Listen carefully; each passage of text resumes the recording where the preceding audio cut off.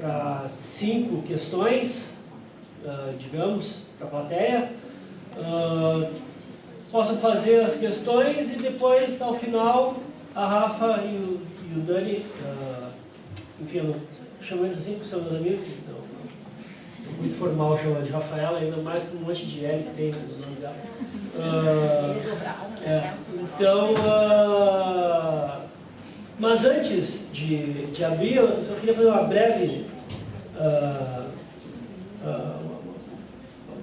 fala, e já fazendo uma questão também, que é uma questão, eu acho, que todo mundo pensa, né? O Dani foi muito cuidadoso na crítica que ele fez ao garantismo, né? Foi muito elegante, né? E quando ele fez essa crítica ao garantismo, ele estava fazendo uma crítica a mim, né? Porque eu escrevi sobre isso, exatamente o que ele disse e criticou, eu escrevi, né? E defendi isso durante muito tempo, porque quando a gente escreve uma tese, no meu caso, eu escrevi uma tese sobre garantismo, eu estava mergulhado no garantismo, e estava apaixonado por isso, e enfim, é bom, né? Enquanto se está escrevendo sobre alguma coisa, se esteja apaixonado por aquilo. Né? E esse discurso, né, do prejuízo de trazer a vítima para o processo penal foi um discurso que durante muito tempo eu repeti, né, e acreditei nisso. Né? Eu sempre acreditei, até um determinado momento, né, que trazer a vítima para o processo penal era neurotizar o processo. Eu repeti muito isso, de que a vítima, por ser irracional, não tem capacidade, né, de visualizar o problema e de dar uma racionalidade no seu discurso. E que, inclusive, trazê-la ao processo penal seria pior para ela, porque estaria sendo revitimizada, né, ao fazê-la rememorar, né, o evento traumático que é o delito. O bom é que a gente cresce, né, e a gente muda de opinião, né, e, aliás, talvez uma das coisas que eu gosto de fazer, por isso que meus textos eles, né, sempre mudam, é porque, enfim, né, a gente vai aprendendo coisas diferentes e vai mudando de opinião. Né? Mas esse discurso da exclusão da vítima do processo, ele é próprio do pensamento garantista. Né? Não penso mais assim. Né? Eu acho que é um erro o que o judiciário faz ao se apropriar do conflito. Eu acho que é uma sacanagem com todo mundo, né? Deixar as partes envolvidas não falar, não construir um espaço de diálogo mínimo. Não estou dizendo que tem que ser no processo penal, não estou dizendo, enfim, mas isso que o direito processual penal, sobretudo, produziu, né? Que é da cisão do conflito e da exclusão da vítima, né? Eu acho que gerou um prejuízo para todo mundo. E irracional todos somos. Irracional é o Estado nas suas práticas punitivas. Não há maior irracionalidade que o Estado nas suas práticas punitivas. E sobretudo o processo penal é feito para que os atores do processo falem, e não para as pessoas que são interessadas. Assim como o processo penal, o Dani e a Rafa trabalharam muito bem isso, assim como o processo penal exclui a palavra da vítima, ele também exclui a palavra do réu. Ou seja, os mais interessados, as pessoas mais envolvidas, não conseguem se manifestar. A gente não sabe aquilo que o Barata chamou num texto magnífico dele, que é a construção artificial do caso no processo penal. Eu me lembrei dele quando vocês estavam falando e eu não sei porque eu só me lembrei dele agora e não passei para vocês antes esse texto, que é um texto magnífico. Está publicado numa doxa, agora não me lembro o nome, o número, né, mas está disponível na internet. A minha pergunta, que eu acho que é um pouco a pergunta de todos nós, é se nos casos extraordinários, não estou nem falando nos casos graves, estou falando nos casos extraordinários, nos casos extremos, porque o direito, a forma do processo penal, a gente sabe que não consegue resolver minimamente os conflitos mais banais. Os conflitos mais graves, normalmente a resposta do processo penal é traumática para todo mundo, ninguém fica satisfeito. E eu acho que esse é um sintoma da justiça processual penal hoje, ela não satisfaz a ninguém. Ela não satisfaz ao réu, não satisfaz as vítimas, talvez só satisfaça a nós, atores. O juiz, o promotor e o advogado. Aliás, somos nós que aparecemos no processo. Somos nós que capitalizamos né, no conflito dos outros. Daí as pessoas somem. Bom, o processo penal não consegue dar uma resposta minimamente satisfatória nos casos graves. E a justiça restaurativa, será que para os casos extraordinários ela teria alguma contribuição a dar? Imaginemos um evento traumático numa cidade, tenhamos essa capacidade de abstração, que tenha envolvido muita gente, e que toda uma comunidade se sinta traumatizada com o fato, um fato que tenha tocado profundamente a todos. Ou isso é tão excepcional, tão fora da realidade, que não há resposta possível nem. Queria ouvir vocês um pouco sobre isso. E até para que vocês, se tiverem alguns dados, eu sei que a gente já conversou um pouco sobre isso, mas de trazer talvez alguns cases de eventos extraordinários, assim, onde tenha ocorrido alguma espécie de mediação. Enfim. Gostaria, agregando a pergunta da Ângela, essa questão. Bom, está aberto. Quem tiver alguma questão pode levantar a mão, perguntar, usar o microfone. Albano, querido. Bom, eu quero cumprimentar a mesa pela apresentação desses estudos.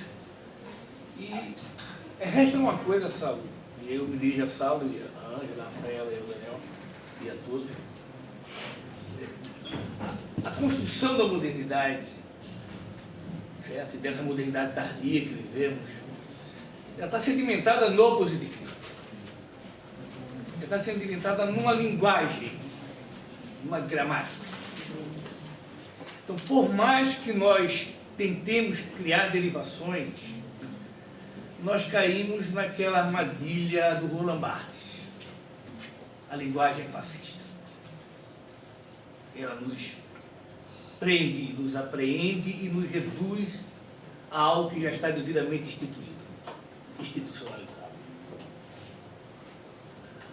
Eu me lembro de experiências no início dos anos 90, na classe de seu pai e eu participando, o Vará Negócio participar, do direito alternativo. Certo? Era um movimento que não acontecia no Brasil, era um movimento internacional, que nós fizemos uma reunião lá em Florianópolis com gente do mundo inteiro. Mas quando me foi pedido para pensar alguma coisa acerca de uma fundamentação teórica para aquilo, e eu aceitei a missão, 6 meses depois eu devolvi. Não tinha como fundamentar o direito alternativo. Vará tinha razão. Porque ou acabava-se o Estado, e aí você poderia pensar outras coisas, você teria que falar num Estado alternativo, geraria com isso uma contradição impossível de ser sustentável. Então, hoje, para mim, o que vocês colocam, o que eu me coloco também, é esse desafio que o Vará fez, que é da inscrição amorosa. Certo? Que tanta gente negou o Luiz por causa disso, porque ele escreveu o amor. E as pessoas acham que o conceito amoroso ou é piegas ou é extremamente privativo. Não. O que o Vará pretendia, o que eu pretendia, o que nós pretendíamos, era simplesmente, ao falar do amor, falar do reconhecimento do outro. E quem é o outro, se não o diferente? Então, conflito é o que há de mais natural numa sociedade que se diga democrática. Vivemos permanentemente em conflito com nós mesmos e com o outro. Este ser diferente, que eu vou ter que me reelaborar para recepcioná-lo. Aí eu terei uma prática discursiva que realmente será revolucionária. Essa é uma ideia. E eu remendo a mesa. Obrigado, mano. Alguém mais? Uma questão? Vamos conversando aqui, talvez surjam alguns questionamentos e vamos indo conforme o tempo nos possibilita. Pedagogia dos afetos, falava o Vará. Exato. enfim, deixa eu ouvi-los, mas eu fico louco para dialogar sobre isso. Rafa, Dani? Bom, na verdade, eu anotei aqui 3 pontos, né, um de cada, um da Ângela, do Sábado e um do professor Antônio. E vamos começar a trás para frente. Né? O Usman e o Christie foram prisioneiros de campos de concentração durante o nazismo. O Usman fugiu quando o trem levava a família dele no campo na Holanda, se não me engano, e o Christie sobreviveu. O Christie depois escreveu a dissertação dele, infelizmente só está em norueguês, não está em inglês, sobre os guardas dos campos de concentração. Ele fez depois uma pesquisa empírica, né, pesquisa de campo com os guardas, e verificou que os guardas no campo de concentração, eles eram, graças aos guardas, os números de mortes foram bem menores do que deveriam ter sido, que é uma coisa um pouco surpreendente, né? Pelo menos lá onde ele pesquisou. E aí ele tentava descobrir, né, qual era a relação dos guardas com os prisioneiros, e os guardas diziam para eles: mas a gente está vendo essas pessoas vivem na nossa frente, se a gente cumpre à risca as ordens que nos vêm de cima, a gente vai ter que se matar, porque a gente não aguenta. Então eles tentavam, de uma forma ou de outra, minimizar ao máximo os danos causados para as pessoas, claro, né, falando em termos genéricos, eventualmente sempre tem exceções. Né? Mas aí ele, na dissertação, ele desenvolve a ideia de que quanto mais afastados os membros do poder estão, mais fácil fica de determinar o cumprimento de uma decisão exterminadora. E isso, eu mencionando sobre isso, né, e quando o senhor falava, eu me lembrei que o Bauman, no livro Modernidade e Holocausto, ele diz que o Holocausto foi o ápice da modernidade. Foi o melhor exemplo, né, digamos assim, a engrenagem da modernidade funcionando na sua máxima potência. Né? E aí eu fico pensando, à medida que o Usman e o Christie escaparam do ápice da máquina da modernidade, eles se colocam exatamente no contraponto, se autodenominando como abolicionistas penais. Né? Eles fugiram da máquina da modernidade e não conseguiram reabraçá-la. Né? Não é à toa, né, que o Christie, hoje com 85 anos, o Usman faleceu em 2009, continua firme lá, nas passeatas estudantis que acontecem na Noruega eventualmente. Ele continua indo, discursando, né? Ele acaba sendo esse ícone de resistência na Noruega. Então,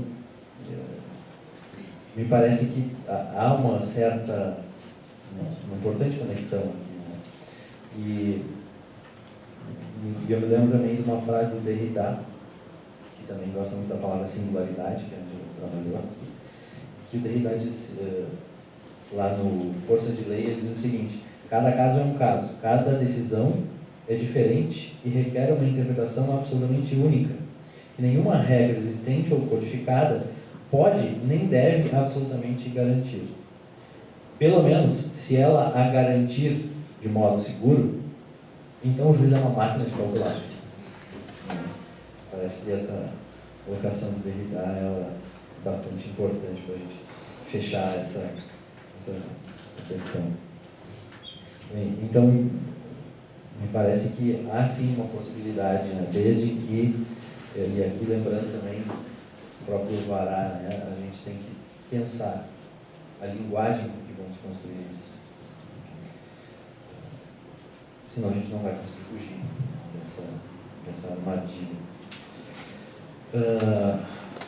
Passando para os questionamentos da Ângela, né, eu gosto muito de pensar sobre os riscos que as experiências restaurativas podem trazer. Palavras. Né? E sempre se ouve dizer que existe um risco muito grande, até como a Rafaela falava, né, dos danos psíquicos que as pessoas vão sofrer. Ok, então vamos considerar que na justiça criminal ninguém tem danos psíquicos, né? Vamos considerar que o sistema de justiça criminal funciona de uma maneira perfeita, que todo mundo vai lá, resolve seus problemas, volta para casa, né? E está tudo resolvido. Bom, não existe nenhuma atividade humana que não implique nenhum risco, até onde eu saiba, né? Eventualmente até deve existir, a gente pode pensar alguma outra coisa, mas sempre vai haver risco de não dar certo. Agora, esse risco vai ser aumentado se o projeto de lei sobre justiça restaurativa que está tramitando no Congresso for aprovado, e mais, se a gente insistir na ideia de que a restaurativa tem que ser aplicada para crimes leves. Aí o risco é potencializado. Aí a gente tem que fincar os dois pés na crítica e dizer, não, só um pouquinho, vamos nos aproveitar das experiências internacionais nesse tema para não cometer o erro que outros países já cometeram, e vamos evitar esse problema, né? Então, eu penso que a gente deve correr o risco, né? Já estamos com um sistema de mais de 200 anos, e os resultados são satisfatórios para quase todas as pessoas e vão continuar sendo satisfatórios, né? Então eu não vejo por que não correr o risco de uma implementação de um sistema de mediação penal. Ainda que no primeiro momento, o bom e velho, né, e tão negligenciado projeto piloto não venha a ser utilizado, né? Não custava nada fazer um projetinho piloto em algumas comarcas, uma maior, uma menor, uma minúscula, né, e por aí vai, e acompanhar os resultados, ver o que deu certo e o que deu errado, uma coisa tão simples. Como o Chile faz. Ele fez um código de processo, e está fazendo a mediação, o Peru também está fazendo uma mediação, mas aqui a gente tem a mania de não só fazer políticas públicas sem avaliação, simplesmente se largam políticas públicas, né, a Bangu, como a gente também não tem o hábito de não fazer os projetos pilotos, que poderiam ajudar bastante nesses aspectos. E claro que tem várias outras questões que poderiam ser pensadas, mas eu vou tentar resumir bastante, assim, até para dar mais tempo de novas perguntas, para ela falar. Em Salo, sobre os casos extremos, eu tenho como 2 exemplos importantes com bons resultados. Esse caso da Noruega, né, do cidadão esse que atirou matou um monte de gente dolosamente, nitidamente. Ele assume, né, ele confessou. Foi doloso, tudo. O cara saiu atirando mesmo e queria matar, né? E o procedimento utilizado teve sim aspectos restaurativos, tanto é que as famílias das vítimas, segundo relatos que eu li, saíram satisfeitas com uma pena de 21 anos de cadeia do cara. E o segundo exemplo que eu tenho é o caso da justiça restaurativa para crimes de terrorismo, que são utilizados na Espanha, principalmente com aquele grupo ETA, né? A Espanha está fazendo uma experiência nesse tipo de crime, e também estão apresentando resultados positivos, né? E para os países que vivem essa realidade de terrorismo sabem o quão traumático é, né? Episódios em que 200 pessoas morrem no metrô, uma bomba que explodiu no metrô, ou mais de 200 pessoas, enfim. E eles, então, aplicam com sucesso esse mecanismo. Claro que não é simples, né? Nesse caso em alguns casos lá que eu pude ler sobre restaurativa em crimes de terrorismo, havia mais de 200 mortos, né? E claro que não dá para juntar as famílias de 200 mortos com meia dúzia de terroristas, né, de acusados. Porque senão não vai dar certo. Óbvio que não vai dar certo. Vai dar linchamento, com certeza. Então tem que fazer sessões pequenas, pequenos grupos. Tem que lembrar também que a restaurativa só se aplica com a concordância de ambas as partes, né? É um procedimento voluntário. Então, se uma vítima diz que não quer participar, em relação àquela vítima não vai surtir nenhum efeito aquele encontro. Assim como se um dos réus diz que não quer participar, ele também não é obrigado a participar, e aí fica um processo da justiça criminal tradicional, né? Mas, em diversas experiências, então, bastante traumáticas, né, no contexto europeu, o resultado tem sido bastante positivo. E dá para citar até o próprio caso das comissões de conciliação e verdade da África do Sul, né, que foram feitas paulatinamente, devagar, com um grupo maior de vítimas e familiares de vítimas, e que deu um belo resultado. Então, a resposta é sim. Né? Não se aplica a todos os casos, vou deixar isso bem claro. Né? Tem casos que não tem como resolver. Agora, nos casos extremos, sim, e esses exemplos são bastante importantes para comprovar que é possível. Obrigado, Dani. Rafa? Não faltou uma parte? Não. Eu notei tanta coisa. Vou fazer o caminho inverso também. Só para complementar um pouco o que o Daniel disse, a sua preocupação, né, me remeteu diretamente ao termo cooptação, né, que é o que o sistema de justiça criminal é treinado em fazer, né, cooptar o diferente para torná-lo igual. E é isso que nós estamos vendo com a justiça restaurativa que já está sendo aplicada no Brasil. Isso é bastante interessante. Na verdade, é um dos pontos centrais, porque desde 2006 existem alguns programas de restaurativa no Brasil vinculados à justiça da infância e juventude, e o que a gente observa através de pesquisas de campo já realizadas sobre os programas é que está havendo uma replicação do modelo tradicional, né? Está havendo uma mimetização do sistema de justiça. E isso não é só porque os atores são os mesmos. Isso está acontecendo em programas desenvolvidos em comunidades, ou seja, fora do ambiente formal do foro, né?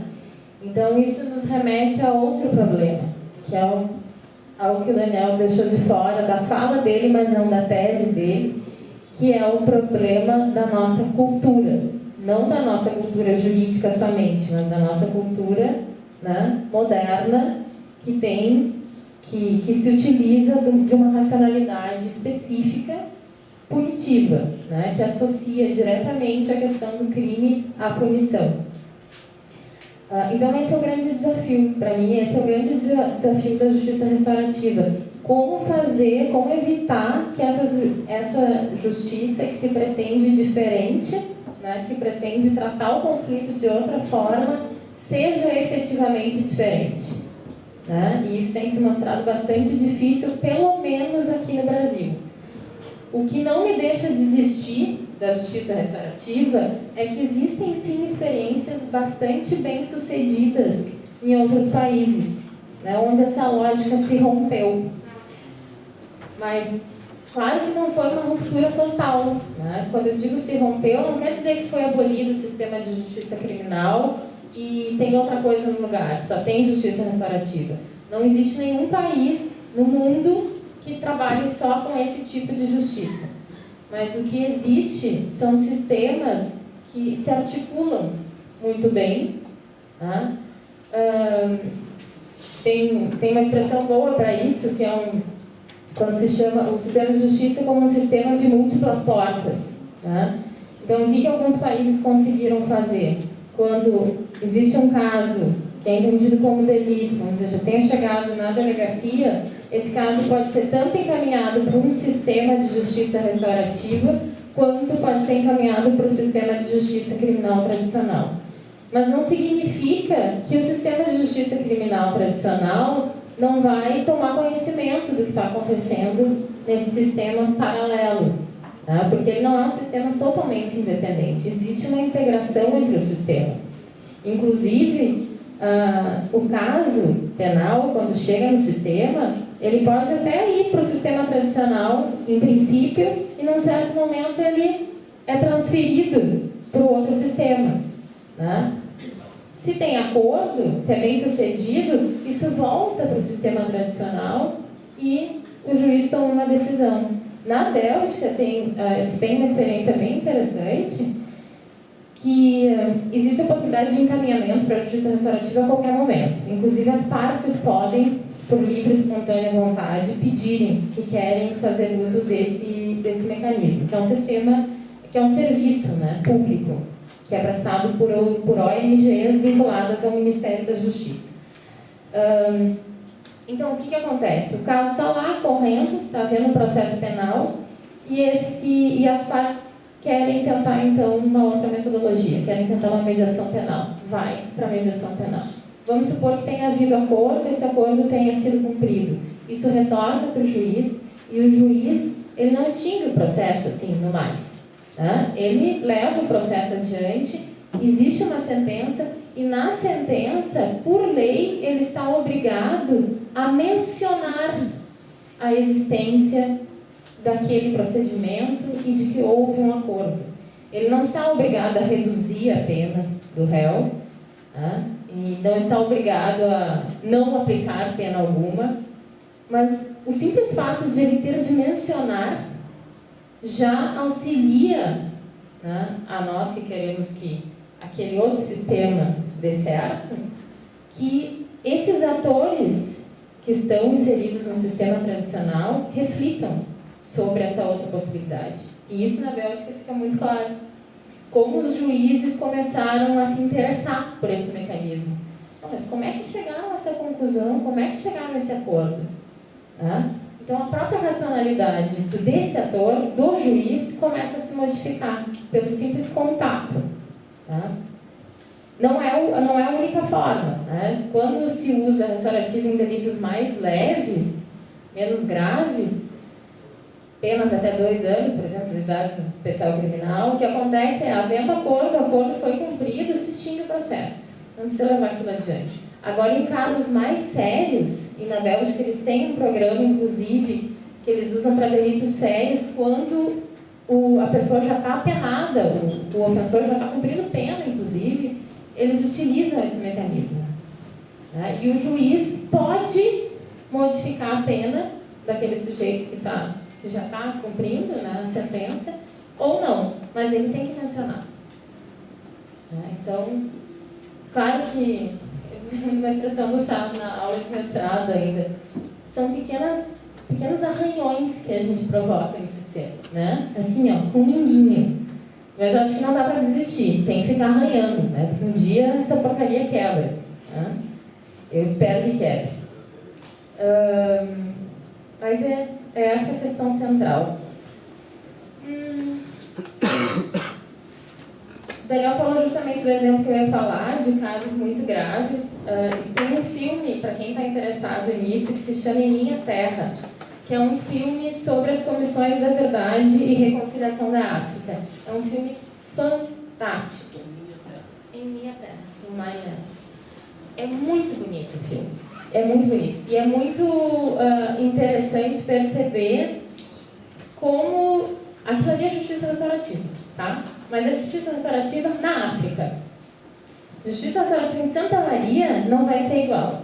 Justiça restaurativa em Porto Alegre é outra coisa. Então, a cultura de cada lugar penetra nesse modelo de justiça. E isso que é bonito de ver. Né? Não é uma cultura jurídica única que coopta tudo que está ao redor, que deixa tudo quadradinho, por mais redondo que seja. Ou... Sistema Ronaldo Giordano. Essa coisa aí, né? É totalmente diferente. É algo que se deixa preencher pela cultura do lugar. E por isso, então, que não tem como dizer, com certeza, se poderia se usar um caso específico de determinado lugar, a não ser que se experimente. Porque não tem antecipadamente como saber se vai funcionar ou não, até porque tem que se saber o que é êxito, né? O que é êxito? Isso é uma coisa que nós, mediadores, quando temos que preencher ali, a mediação foi exitosa ou não? Não, tem que explicar melhor, né? O que tu quer dizer com exitosa? Teve acordo? Para mim, não. O fato da mediação acontecer e do diálogo ser possibilitado, isso já é um êxito. E é interessante de ver que processos de mediação que terminam sem acordos, quando voltam para o processo tradicional, o processo termina. Os advogados tomam medidas que o processo encerra. Quer dizer, parece que alguma coisa aconteceu ali que possibilitou que finalmente aquele conflito, não sei a palavra, né? Fosse tratado, fosse resolvido, mas mudou alguma coisa. Então, inclusive a nossa noção de êxito, né, é algo que a justiça restaurativa e a mediação penal, e a mediação como um todo, e daí o VARA é o grande pai de tudo isso, questiona. Né? Nós temos que parar de pensar em certo e errado, e fazer dicotomias preto no branco, porque as coisas são muito mais complexas do que isso. Acho que deu. Bom, só um recado que a professora Mariana Vale pediu para passar, que a Inês dormiu agora só. Então, ela está vindo, mas fatalmente vai chegar depois do nosso encontro. Registrar a presença do meu amigo, meu irmão, professor Guto Birman Pinto, professor Pablo Ritzel, sua presença marcante. Professora Ali. Eu? Suas considerações finais? Bom, eu digo que já tinha terminado. Dizer que, bom, acho que a gente tem muitas perguntas, muitos questionamentos, muitas dúvidas, e que eu concordo com o Albano. Acho que sim, o conflito é a tristeza do samba, né? É inevitável. A gente precisa disso como condição de possibilidade do próprio diálogo. Né? A humanidade só chegou onde chegou por conta de muitos conflitos. Né? E o diálogo é uma forma de conflito também. Né? É uma forma de conflitar. Né? Nós nos digladiarmos com palavras, com racionalidades e irracionalidades. Talvez nós ainda não tenhamos finalizado a Revolução Francesa, né? Na medida em que a bandeira era liberdade, igualdade e fraternidade, né? E esse último lema, a fraternidade e a alteridade, a capacidade de percepção do outro, de se ver no outro, de se fazer eu enquanto outro, a gente ainda está caminhando para isso. Né? Eu me lembrei do direito fraterno, do Elígio Resta, né? Que ele tenta fazer uma discussão nesse sentido também. Né? Mas eu acho que o grande avanço é se a gente conseguir superar, né, aquilo que o Estado moderno nos trouxe, né, aquilo que o Dufour vai chamar de a arte de reduzir cabeças, né? E já que a gente falou do Holocausto, me lembrei da Hannah Arendt, superar isso para que a gente possa promover mentalidades alargadas. Enfim, acho que, de novo, acho que de uma certa forma o que a gente está fazendo isso é propor um alargamento das nossas possibilidades de tratar os conflitos de outras formas, assumindo todos os riscos, né? Porque assumimos alguns riscos para chegar onde chegamos. Né? Sem respostas definitivas, sem pretensões de grandes soluções, mas sim com uma ansiedade de superar algumas insuficiências, das mais diversas formas. Então, agradecer aqui a presença de todos, de todas, dizer que foi um prazer revê-los e vê-los, e acho que é muito importante que a gente possa, acho que esse é o sentido do ensino do direito também, né? Já que a gente está vivendo também um momento, e aqui é quase um desabafo, eu não vou começar a falar, porque senão vai dar um problema. A gente está vivendo um momento político bem interessante no ensino do direito, né? está todo mundo discutindo aí as alterações dos cursos de medicina, ninguém está vendo que está acontecendo a mesma coisa no curso de Direito. Em 22 de março, o Mercadante assinou um acordo com a OAB, estão suspensos 100 cursos de Direito sobre a desculpa de discutir, né, as plataformas curriculares, o novo marco regulatório. Não vi ninguém falar sobre isso, nenhuma universidade se manifestou. Nós somos mais de 650 mil alunos de Direito no país, ninguém está falando sobre isso, né? E é o nosso destino, os nossos destinos estão sendo discutidos, suspensos. Agora, por uma movimentação da ABED, porque o prazo se encerrou, estão acontecendo audiências públicas no país. Hoje a gente teve uma audiência pública em São Paulo, em que a ABED foi rechaçada, né? Então aqui a minha manifestação pessoal e o meu descontentamento com aquele que é o meu órgão de classe, né? A OAB, que está se promovendo em cima, está querendo adquirir musculatura em cima do debate que ela não tem legitimidade para fazer, que é um debate sobre o ensino do direito. E eu acho que o que a gente está fazendo aqui é ensino do direito, em que pese a gente não concordar uns com os outros sobre muitos aspectos. Isso é conflito, isso é bom, né? Isso é a tristeza do samba. Sem ele, não sai samba. Uma boa noite, muito obrigada.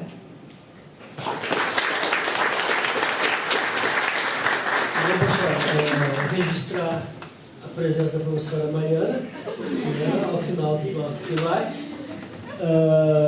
Bom, eu queria agradecer ao professor Rafael, ao professor Jerônimo, ao professor Hernani pelo apoio, né, institucional da direção da Faculdade de Direito e da coordenação do programa de pós-graduação. Quero dizer assim, depois de um longo dia de debate durante a tarde, agora toda a noite, acho que não poderíamos terminar de melhor forma o nosso curso de criminologia, nossa disciplina complementar de graduação, e que já projeta algumas intervenções já para o segundo semestre, né, junto com o programa de pós-graduação, enfim, né, como dar continuidade, né, a esses diálogos, né, a questão do ensino e da discussão do marco regulatório. A Ângela está pontuando isso bastante, está criando uma rede, né? A gente está pensando uma forma de como organizar um debate acadêmico sobre um problema acadêmico, né? Porque as instituições se apropriaram dessa discussão, né? Fatalmente a UFSB vai estar envolvida em algo, né, para debater esse tema que é fundamental para nós, né? A gente está vendo como articular isso. Mas, para além dessa discussão, os temas criminológicos que aqui emergiram certamente serão objetos de novas intervenções ao longo do próximo semestre. Como daí a gente constrói juntos na caminhada. Muito obrigado a todos e boa noite.